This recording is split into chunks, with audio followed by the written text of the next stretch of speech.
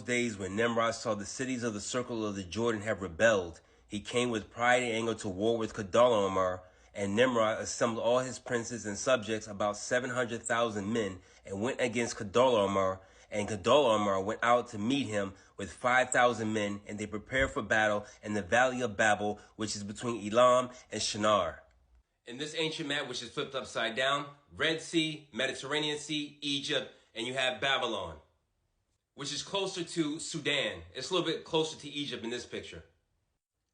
This map shows Jordan Nulla, which means valley, that sits underneath Lake Victoria, south of Uganda and east of Rwanda.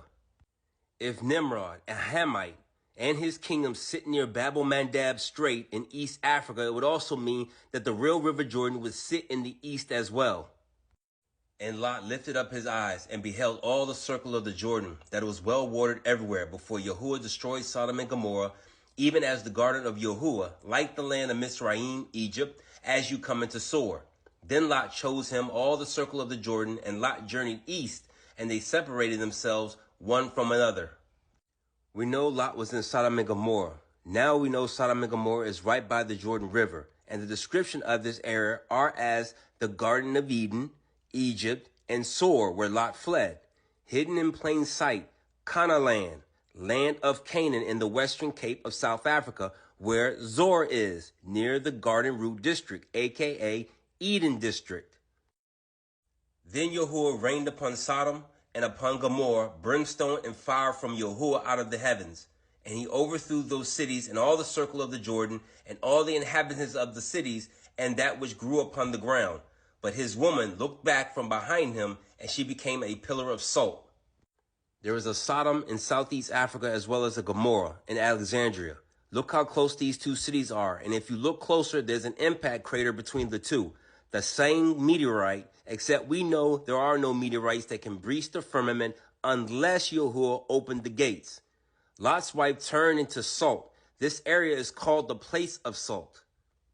And when you come nigh over against the children of Ammon, distress them not, nor meddle with them, for I will not give you of the land of the children of Ammon any possession, because I have given it unto the children of Lot for a possession. That also was accounted a land of Rephaim. Rephaim dwelt there in old time, and the Ammonites called them Zamzumium. But before they used to call the land of Gilead the land of Rephaim, for it was the land of the Rephaim, and the Rephaim were born there. Rephaim, whose height was 10, 9, 8 down to 7 cubits, and their habitation was from the land of children of Ammon to Mount Hermon. This is the most popular map used to force the boundaries in Israel and other nations. It would be asinine to entertain the lie that giants were born in this tight area, leaving them exposed and lacking resources. In this ancient map, I've shown before Mount Hermon, which sits close to a giant's castle illustrated on another map.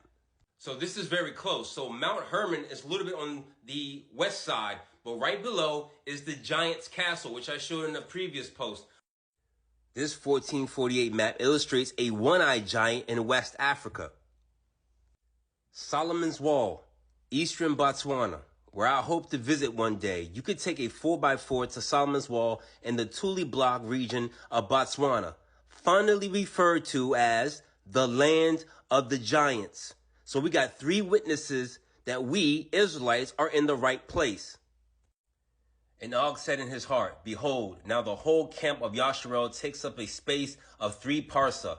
Now will I smite them at once without sword or spear. And Og went up to Mount Yahatz, and took therefrom 1 large stone, the length of which was 3 parsa, and he placed it on his head, and resolved to throw it upon the camp of the children of Yasharel, to smite all Yasharel with that stone.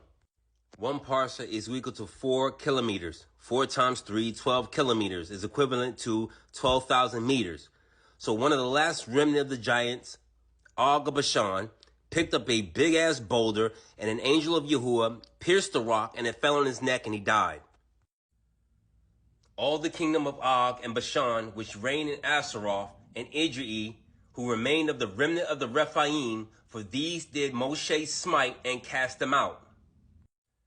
Beside the kingdoms of Sikon and Og, which are on the other side of the Jordan, of which Moshe had smitten many cities, and Moshe gave them to the Reubenites and the Gadites and to the half-tribe of Manasseh, and Yahushua smote all the kings that were on this side of the Jordan to the west, and gave them for an inheritance to the 9 tribes and to the half-tribe of Yasharel.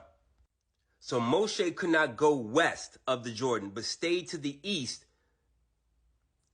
to root out the remaining giant tribes and Canaanites that were found in the mountains and seacoasts of East Africa. This 1925 map shows the River Jordan. Jordan, by this river. See how it goes straight up and down? This would be the east, facing the sun. And on the other side is the west, where Yahushua or Joshua went conquering all the other lands. And if you go over, so you can see exactly where it is, you have the land of Zulu. So let's give you a rough estimate of how everything looks. So over here would be Nimrod. All right, the Babylonian Empire is in this area right here. This looks like Lake Victoria. So we'll just assume that the River Jordan it goes downward, all the way down into the east. And around this area would be Sodom and Gomorrah, around this area. We must assume also that the land of the giants and in this area and on down to maybe not the southern tip, but maybe just right in this area is where the land of the giants were. Which makes sense too, because if Mount Hermon, where the sons of the Most High, the fallen angels, made a pact on this mountain, it would make sense that the children of these giants would actually come back home and be where they think their fathers would be. Right around this area. So it makes perfect sense why this would be the land of the giants, because this is where they were actually born before the flood. Now, of course, again, Moses could not come to this side. He could only stay from down here, and that's it. Remember in scripture, he also says that he went up into the mountain to die, where Satan had to wrestle the archangel Michael, his body, away from Satan, because Satan wanted to take his body. I'm, of course, probably making him an idol to lead the children of Yasharel astray. But you would think all these mountainous areas and regions right here would make sense. All picking up a boulder or damn near a mountain-sized rock to throw it on Yasharel, you cannot find those same type of mountains and elevations in that fake land. Everything is here. Almost everything is here. The Most High gave us a land where we could get iron, brass, gold. And I'm going to show you in another video where the ancient land of Ophir is. And it's right in this area over here, closer to the sea coast, called Saphala. So all of this is right here. Biblical Jerusalem is right here. Everything is in this area right here.